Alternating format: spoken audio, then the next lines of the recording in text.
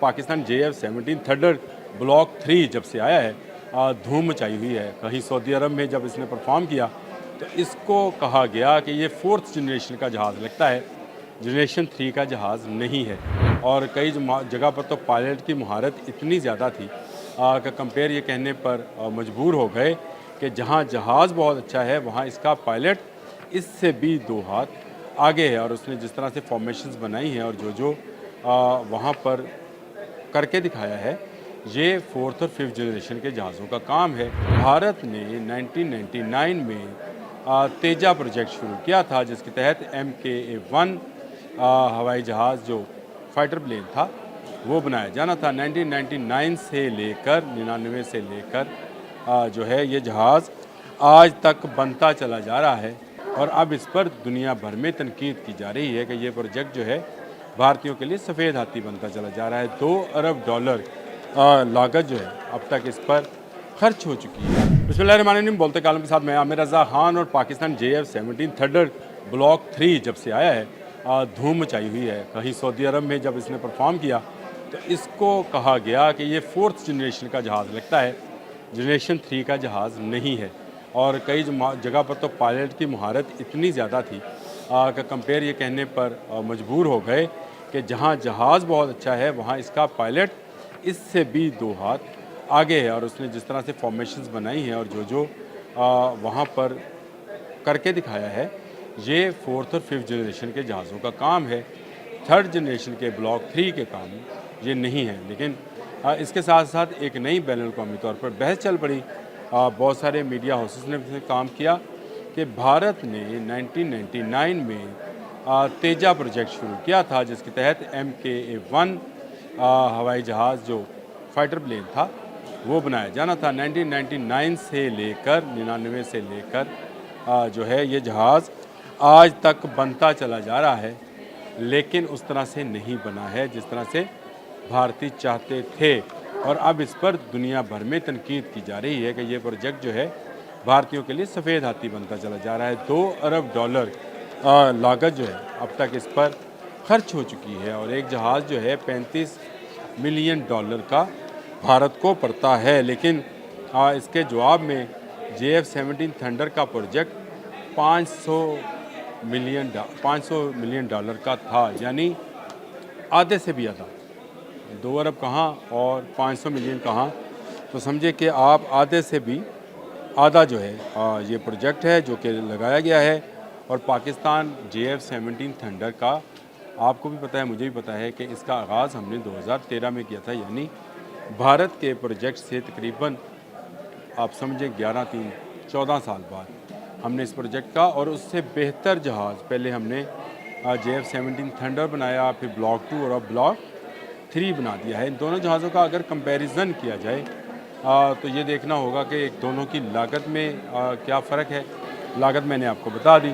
और दूसरा ये बताना होगा कि इसका इंजन और उसका इंजन, उसका असला और उसका असला कौन ज़्यादा इफ़ेक्टिव है और कौन जो है सिर्फ़ नाम का फ़ाइटर प्लेन है।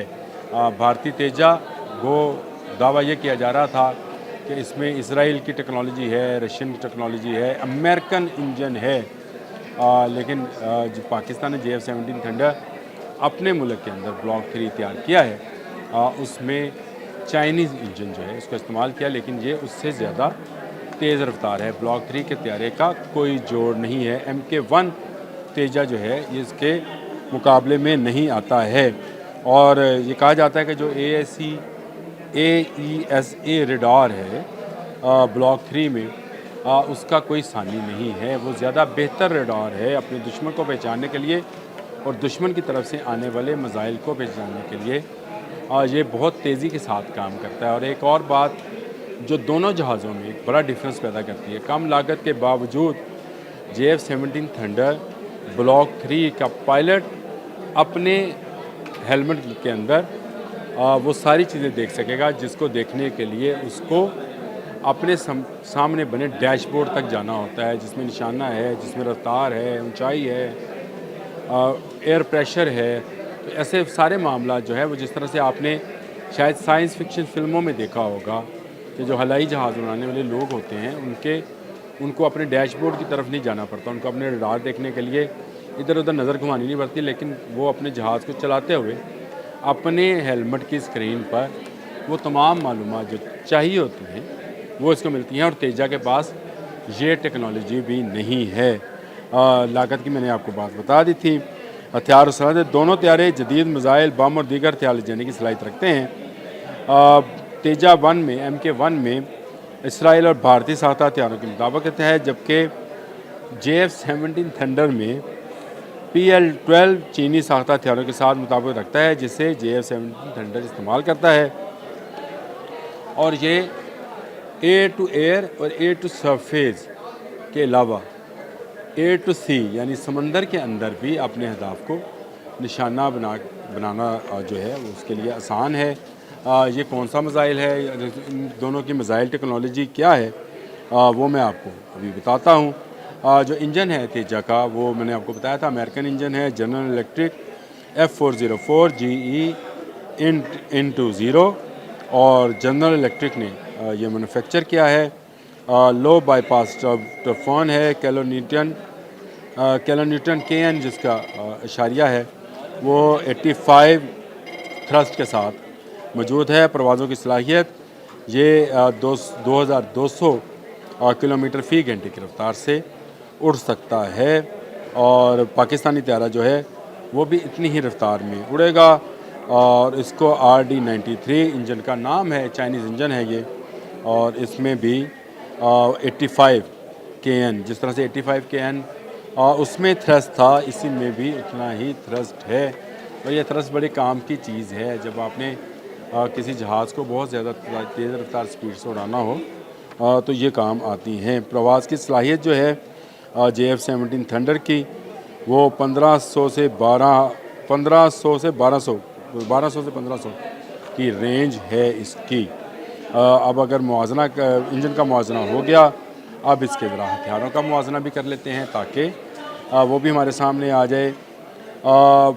भारतीय लड़ाका त्यारा जो है तेजा MK1 बुनियादी तौर पर भारतीय और मगरबी साख्ता मिज़ाइल इस्तेमाल करता है। इसकी अहम मिज़ाइल में शामिल हैं, मिज़ाइल्स की मैंने आपको बताया था, पाइथन 5 इसराइली साख्ता मिज़ाइल है। अब आपको समझ आई कि पाकिस्तान टेक्नोलॉजी में इन सब से सबकत जब लेके जाता है तो सबसे ज़्यादा तकलीफ़ इंडिया को नहीं होती, इसराइल को होती है, क्योंकि इसराइल अपना असला बेच रहा है इंडिया को पाकिस्तान दिखाकर।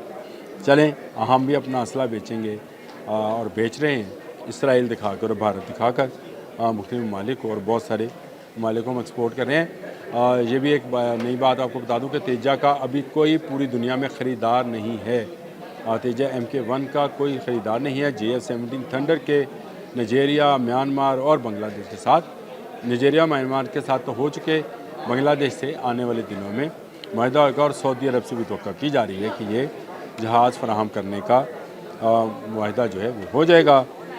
इसमें जो मैंने बात जहाँ से शुरू की थी, पाइथन 5 जो कि तेजा में मौजूद है, इसके बाद डर्बी है, BFV है, आस्ट्रा BR-70-110 मिज़ाइल है, और ये हवा से ज़मीन में मिज़ाइल का जो है फ़ायर करने वाला ASM KH-59ME मिज़ाइल मौजूद है, और स्पाइस 2000 ये भी एक मिज़ाइल की जदीद किस्म है जो कि इसमें मौजूद है। लेकिन पाकिस्तानी इलाका त्यारे के अगर आप मिज़ाइल सुनेंगे तो आपको ये मिज़ाइल जो हैं बच्चों के खिलौने महसूस होना शुरू हो जाएंगे।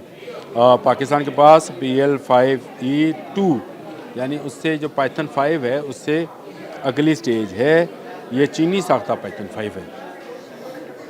और इसके साथ PL-12 मैंने इसका जिक्र पहले भी किया था जब मैं जहाज़ की साख्त बता रहा था, तो मैंने आपको बताया था कि PL-12 ये beyond visual range BVR missile है जो 70 से 100 किलोमीटर के बराबर है, और ये तक मार कर सकता है।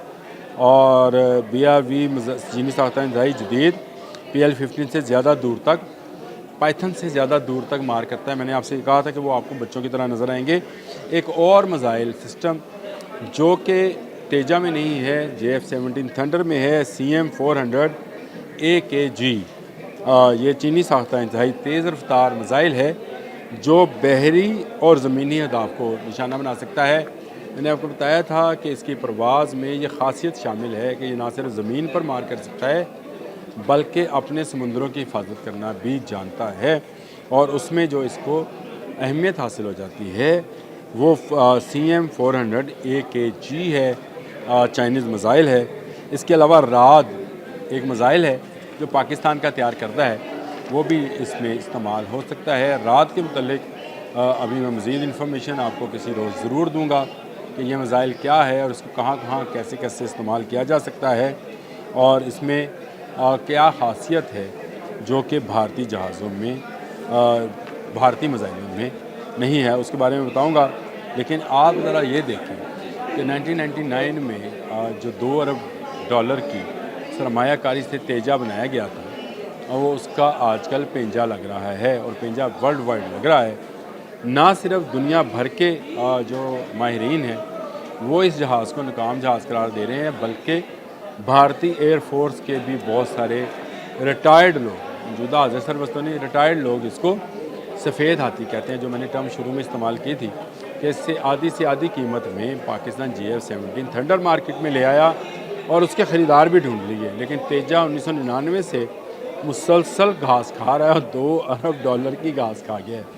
लेकिन इसका नतीजा क्या निकला कि अभी ये ख़ुद को भी बाएतमाद नहीं बना सका इंडियन एयरफोर्स के लिए, और इंडियन एयरफोर्स SQ-35 और इस तरह के जहाज़ों की तरफ देख रही है, इस पर वो इतमाद नहीं कर रही। जबकि पाकिस्तान के जहाज़ पर सिर्फ पाकिस्तान के पायलट ही नहीं, या पाकिस्तान की एयरफोर्स नहीं, दुनिया भर के पायलट और दुनिया भर की एयरफोर्सेस जो हैं इतमाद कर रही हैं। अब तो एयर टू एयर इन्होंने फ्यूलिंग का भी तजर्बा कर लिया, जिससे इसकी अफादियत और ज़्यादा बढ़ गई कि दूर जाने के लिए अगर इसको ज़्यादा सफ़र करना पड़े जिसे एयर टू एयर फ्यूलिंग भी की जा सकती है। तो पाकिस्तान के लोगों के लिए बड़ी खुशखबरी है कि पाकिस्तान के GF-17 थंडर ने तेजा MK-1 को एक तरह से ये कहना चाहिए मार गिराया, या ये कहना चाहिए पछाड़ दिया है।